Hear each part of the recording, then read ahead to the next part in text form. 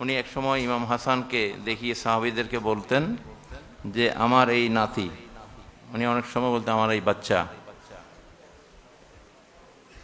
সেই ইসলামী দুনিয়ার সবচেয়ে বড় সৈয়দ, সবচেয়ে বড় নেতা হবে। সুবহানাল্লাহ বলেন।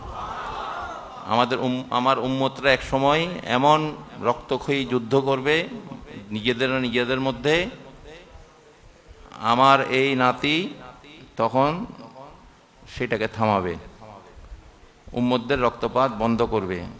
সে কি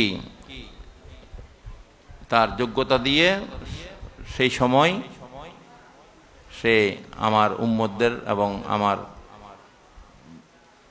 এই মক্কা মদিনা শরীফ সহ মুসলমানদেরকে সে কি রক্ষা করবে।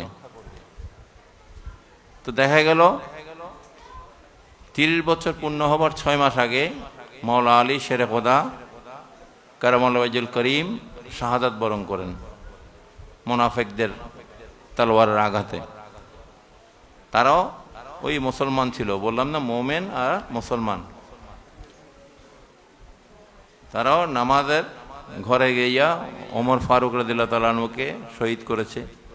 নামাজের ঘরে কোরআন তেলাওয়াতের সময় হযরত ওসমান বিন নুরাইনকে